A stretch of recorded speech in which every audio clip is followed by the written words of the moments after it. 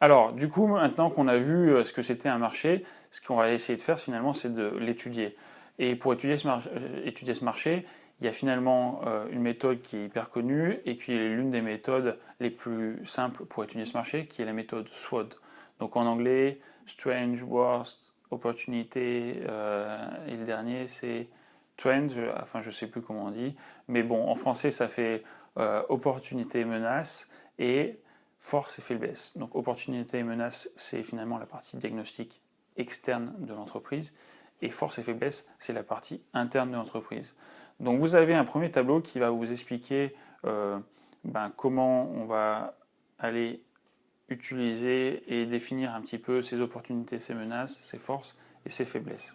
Alors, dans ce chapitre sur l'étude de marché, je vais vous expliquer un petit peu comment on va se dérouler cette étude de marché. Donc finalement, si on faisait une petite définition de l'étude de marché regroupe l'ensemble des outils et techniques de collecte et d'analyse des données. Donc effectivement, l'objectif, ça va vraiment être d'aller chercher de la donnée. Donc on étudie en fait ce marché grâce finalement à plein de sources comme Internet ou en se déplaçant de manière physique chez les concurrents. On va faire des études auprès de nos clients, on va faire des études aussi en interne en faisant des études auprès de nos équipes internes et on va essayer de comprendre et chercher plein d'informations pour comprendre comment fonctionne l'entreprise, comment fonctionne le marché. Maintenant que vous avez défini quel était votre marché, il va falloir chercher un maximum d'informations. Il y a des informations que vous allez connaître peut-être par exemple si on reprend le marché du matelas, vous allez peut-être comprendre qu'il y a des matelas souples, des matelas durs, des matelas un peu plus mous avec différentes technologies, mais il y a plein de choses que vous ne connaissez pas sur ce marché, qui sont les producteurs, qui sont finalement les différents fournisseurs, et pour ça il va falloir utiliser plein de méthodes pour finalement définir votre marché et l'étudier. Alors comme je le disais, il y a différentes techniques pour étudier votre marché. Il va y avoir une étude qu'on va pouvoir faire de manière qualitative et des études qualitatives. C'est ces mêmes études, comme je vous le disais, que vous allez pouvoir utiliser dans finalement la 5e étape de votre démarche marketing. C'est ces études-là que vous allez faire finalement continuellement tout au long de votre démarche marketing.